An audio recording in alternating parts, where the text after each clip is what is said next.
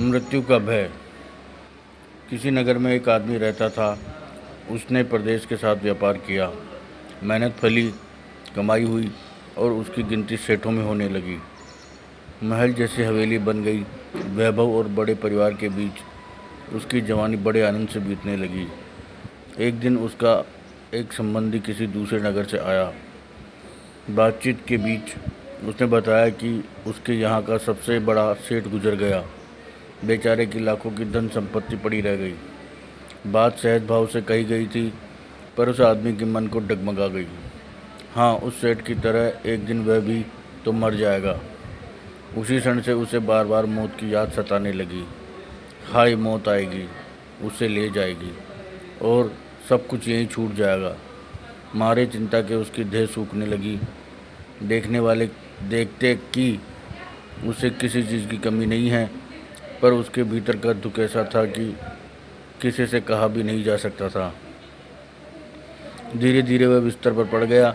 बहुतेरा इलाज किया गया, लेकिन उसका रोग कम होने के बजाय बढ़ता ही गया। एक दिन एक साधु उसके घर आया। उस आदमी ने बेबसी से उसके पैर पकड़ लिए और रो रो कर अपनी व्यथा उसे बता दी। सुनकर साधु हंस पड़ा और बोला, तुम्हारे रोग का इलाज तो बहुत ही आसान है। उस आदमी के खोए प्राण मानो लौट आए। अधीर होकर उसने पूछा, स्वामी जी, वह इलाज क्या है? साधु ने कहा, देखो, मौत का विचार जब मन में आए, जोर से कहो, जब तक मौत नहीं आएगी मैं जीऊँगा।